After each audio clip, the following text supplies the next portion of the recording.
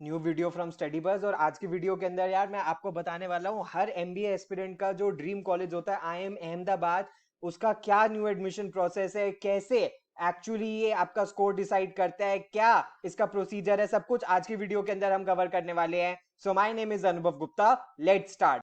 इससे पहले फ्रेंड्स हम स्टार्ट करें, आई वुड रिक्वेस्ट यू यार चैनल को सब्सक्राइब करके बेल आइकन जरूर प्रेस कर देना। और आप हमारे साथ इंस्टाग्राम पे कनेक्ट हो सकते हो। इंस्टाग्राम पे हमारा जो आईडी है वो है studyBuzz_education। इस पे हम डेली बेसिस पे बहुत ही रेलिवेंट कंटेंट पोस्ट करते रहते हैं, जिसमें न्यू वर्ड्स होते हैं, जिसमें करंट अफेयर्स होते हैं, जिसमें एग्जाम्स की अपडेट्स होती है, जिसमें 1-to-1 क्वेरी आपकी ली जाती है। इसके अलावा अगर आपको कोई डाउट है तो हमारा 24/7 डाउट सॉल्विंग ग्रुप भी है, जहां पे आप अपना डाउट पोस्ट कर सकते हो और डाउट फैकल्टीज आपके डाउट सॉल्व कर देंगी।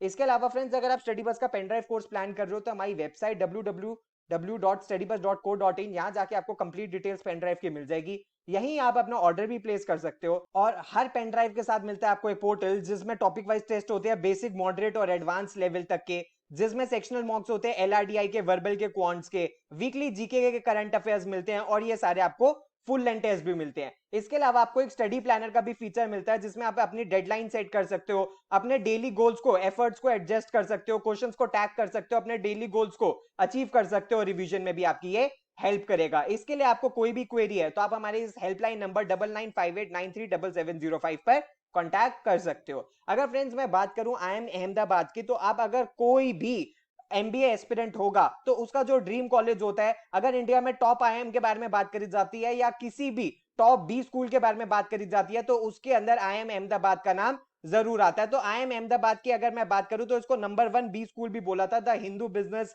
लाइन ने एमबीए यूनिवर्स के अंदर, और 2016 के अंदर भी।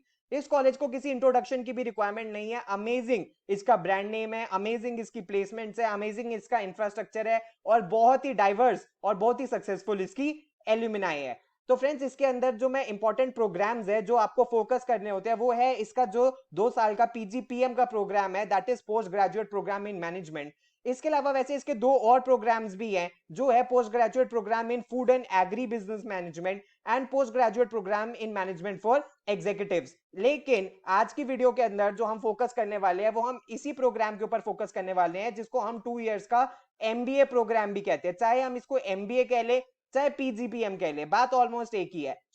इसकी जो एलिजिबिलिटी है, वो एलिजिबिलिटी क्या है कि फ्रेंड्स आपकी मिनिमम 3 साल की ग्रेजुएशन की डिग्री होनी चाहिए, जिसके अंदर मिनिमम आपके 50% मार्क्स होने चाहिए। जो रिजर्व कैटेगरी के बच्चे होते हैं उनके लिए थोड़ा सा ये कम होता है।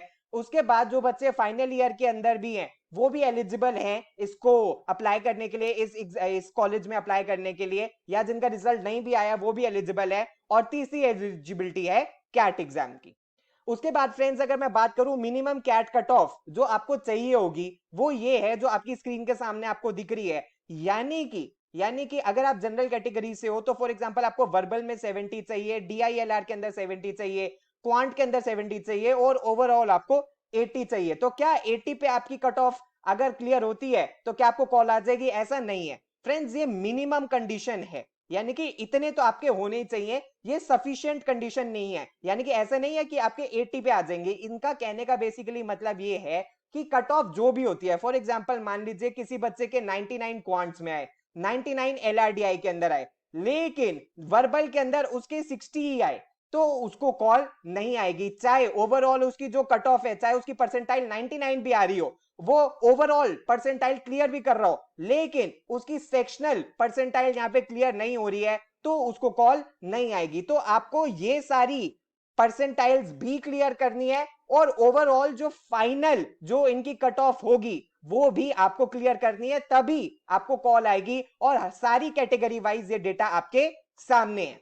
उसके बाद अगर फ्रेंड्स मैं बताऊं तो इसका सिलेक्शन का प्रोसीजर क्या है। सबसे पहले हमें कैलकुलेट करना होगा एआर स्कोर। अब एआर स्कोर क्या होता है? एआर स्कोर होता है एप्लीकेशन रेटिंग स्कोर, और एप्लीकेशन रेटिंग स्कोर जो है वो 4 फैक्टर्स पे डिवाइडेड है, और 4 फैक्टर्स को इन्होंने ए बी सी डी बोला है। ए है मार्क्स ऑफ क्लास 10th के, बी है मार्क्स ऑफ क्लास 12th के, सी है मार्क्स इन ग्रेजुएशन के, और डी है वर्क एक्सपीरियंस के। अब किस किस को ये कितने कितना वेटेज दे रहे हैं? अगर मैं 10th क्लास के बारे में बात करूं तो आपके मोर देन 90 है तो आपको 10 मार्क्स मिलते हैं। अगर आपके 80 to 90 है तो आपको 8 मार्क्स मिलते हैं। सिमिलरली जितने जितने आपके मार्क्स कम होते जाएंगे, उतना उतना आपका रेटिंग स्कोर कम होता रहेगा। उसके बाद अगर मैं क्लास 12th के बारे में बात करूं तो यहाँ पे इन्होंने इसको 3 स्ट्रीम्स में डिवाइड कर दिया है। अगर आप साइंस स्ट्रीम से हो तो आपके मोर देन अगर 90 है तो आपको 10 मिलेंगे। सिमिलरली अगर आप कॉमर्स स्ट्रीम से भी हो और आपके मोर देन 90 है तो आपको 10 मिलेंगे। लेकिन अगर आप आर्ट्स और ह्यूमैनिटी स्ट्रीम से हो तो अगर आपके 85 से भी ज्यादा है तो भी आपको 10 मार्क्स मिलेंगे। उसी तरह आप देख सकते हो कि यार बाकी के जैसे जैसे आपके मार्क्स कम होते जाएंगे वैसे वैसे जो ये रेटिंग स्कोर है वो कम होता जाएगा। टू लेस देन अगर आपके 55 है तो आपको सिर्फ 1 मार्क मिलेगा और 55 से ज्यादा और 60 है तो 2 मार्क्स मिलेंगे। उसी तरह आपके सामने ये सारा डेटा है, आपको ये देखना है कि आप कौन सी स्ट्रीम से हो और आपके मार्क्स कितने आए हैं। उसके बाद तीसरे हैं ग्रेजुएशन के मार्क्स। अब ग्रेजुएशन को इन्होंने 5 पार्ट्स में डिवाइड कर दिया, 6 पार्ट्स में इनफैक्ट।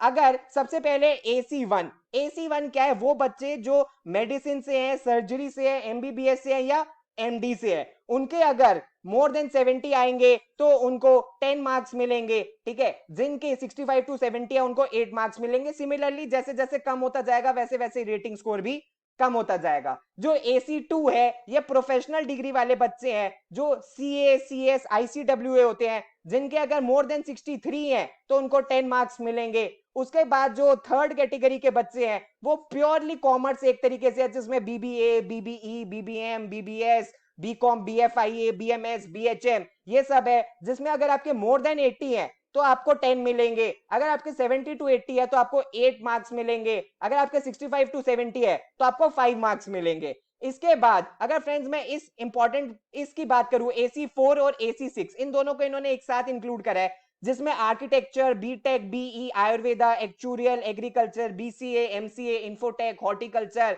एनिमल हस्बेंड्री फिजियोलॉजी या कोई भी वोकेशनल डिग्री आपकी है, तो अगर आपके मोर देन 85 है तो आपको 10 मार्क्स मिलेंगे। तो यहाँ पे आपको अच्छे से मेहनत अगर आपने करी और अच्छा स्कोर है आपका तो यहाँ पे आपको 10 स्कोर मिलेगा। 75 से 85 है तो आपको 8 स्कोर मिलेगा। 70 से 75 है तो आपको 5 स्कोर मिलेगा। और AC5 के बारे में अगर मैं बात करूं तो ये उन बच्चों के लिए जो arts humanities education journalism mass com law psychology rural studies या किसी वोकेशनल डिग्री इन आर्ट से हैं, तो उनके अगर ग्रेटर देन 75 हैं तो उनको 10 मिलेगा।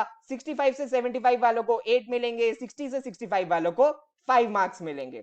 इसके बाद क्या है फ्रेंड्स, अगर मैं वर्क एक्स के बारे में बात करूं तो अगर आपका लेस देन 12 मंथ्स का वर्क एक्स है तो आपको कोई स्कोर नहीं मिलेगा। अगर आपका 12 मंथ से 36 मंथ्स का वर्क एक्स है तो उसका इन्होंने एक स्कोर का निकालने का एक फॉर्मूला बनाया है, जिसमें ये एमएफ क्या है, मल्टीप्लीकेशन फैक्टर जो है 0.2, उसको मल्टीप्लाई करेंगे नंबर ऑफ मंथ्स माइनस 11। और अगर आपके 36 मंथ से ज्यादा का वर्क एक्स है तो क्लियरली आपको 5 पॉइंट्स मिलेंगे। उसके बाद अगर फ्रेंड्स मैं बताऊं स्टेज वन में ये मार्क्स आपको कैसे देंगे। स्टेज वन में ये दो चीजों पे ही मेजरली फोकस कर रहे हैं। सबसे पहला application rating multiplication factor for composite score, यानी कि जो अभी हमने AR फैक्टर निकाला जिसमें A plus B plus C plus D, यानी कि क्या क्या आपके 10th के 12th के आपके ग्रेजुएशन के और वर्क एक्स के, इसका जब हमने निकाल लिया, इसका जब हमने नॉर्मलाइज स्कोर कर लिया, उसको हमें देने हैं 0.35% वेटेज। 0.35 यानी कि 35% वेटेज दी गई है। और जो आपका नॉर्मलाइज्ड ओवरऑल स्कोर आया है कैट के अंदर उसको ये देंगे 65% वेटेज। तो यानी कि बहुत हैवी वेटेज स्टेज वन के अंदर कैट के स्कोर को दी जाती है। उसके बाद इनको पर्सनल इंटरव्यू और वैट के लिए बुलाया जाता है बच्चों को। तो वैट में जो बुलाया जाता है तो जो फाइनल कॉम्पोजिट स्कोर है उसको कैसे निकाला जाता है, सबसे पहले PIF that is personal interview multiplication factor, जिसको 50% वेटेज दे रहे हैं। ठीक है, उसको आप नॉर्मलाइज करोगे PI स्कोर के साथ।